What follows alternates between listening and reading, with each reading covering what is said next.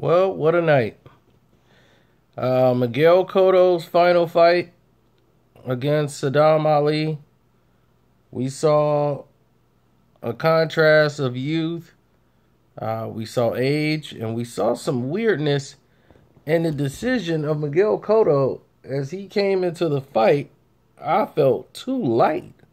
151 at the weigh-in. I was like, whoa.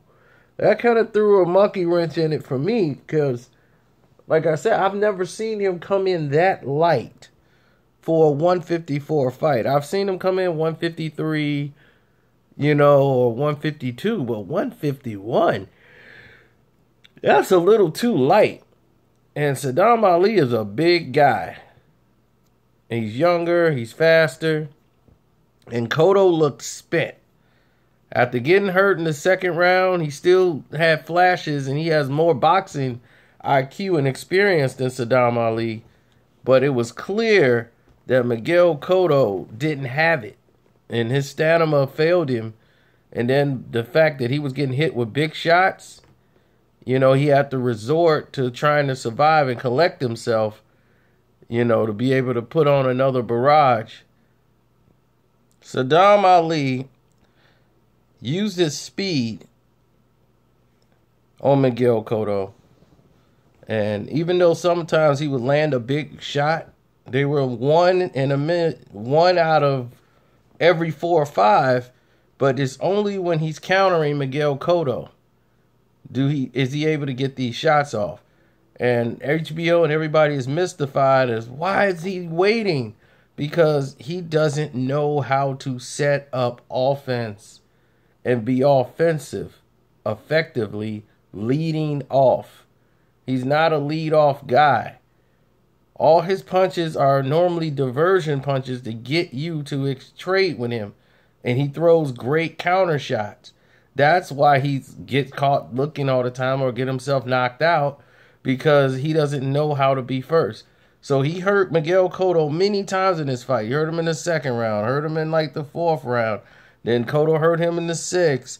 It was going back and forth, but he was landing the more telling shots in the fight that had an effect on Miguel when Cotto got in a good rhythm by throwing his timing off. That's why Cotto uses that bounce. So it throws off the rhythm of Ali, who's trying to time him coming in. That's why you see Cotto bouncing. That comes from his amateur experience. But sometimes as a pro, they don't want you to bounce so much because you waste so much energy on your legs doing that. It just takes subtle movement. You don't have to use so many big moves like that. But that's what Miguel Cotto's been doing his entire career. So he's not going to change in the last fight of his career. And he fought a very valiant fight. He was trying to win it, even though he didn't have it anymore. It was quite clear. At 37, and coming in at 151, that was a little too light.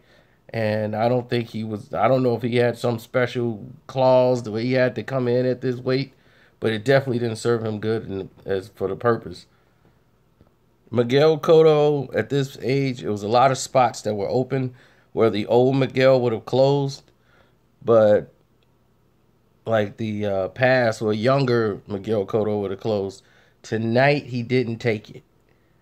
And when you start seeing that from a fighter, it's time to get out of the ring. When there's spots where you're supposed to let it go and you're not letting it go, that's gun shy. Because you're more concerned about the incoming. And that's what happened as this fight progressed. Cotto was more fearful of what was going to come back than him going ahead and exchanging. Miguel Cotto gave it everything he could. He was completely spent. And Saddam Ali just didn't know how to close the door because he's not used to leading off. He was catching Miguel Cotto because Cotto was trying to time him and cut him off and make his move. Saddam Ali uses his footwork and foot speed by being tricky because, he's a big fan of Prince Nazim Ahmed, and he watch Ahmed and how Ahmed fights, where he throws sneaky uppercuts, sneaky hooks. So when you're watching Prince Ahmed fight and you see him do these type of moves, then right away you go, oh, okay. If he could do it, this is how he did it. Timing. And sure enough, he caught throwing hooks, pulling out, big left hooks, pulling out, uppercuts. Cotto would lean into him or get caught froze. And he was hurting Miguel. And then after round 10, the fight was really done. And with 10 seconds to go in the fight, Miguel Cotto gave you every ounce that he had in his body. As Ali came out there not to get caught, Cotto tried to go out and get a knockout that he knew he needed to win, but at least try to pull out to win the fight. As the chapter is complete, as Saddam Ali retires, Miguel Cotto, great legend, retires, as it happens to every fighter. It's inescapable. This is what happens at the end of your career.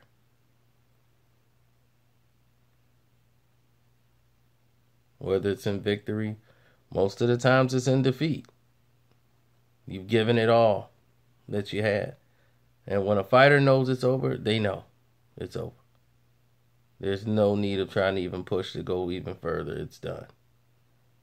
So, for Miguel, it's over.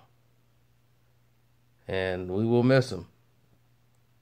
But he will always be in history of boxing and won't be forgotten or forgotten in that sense.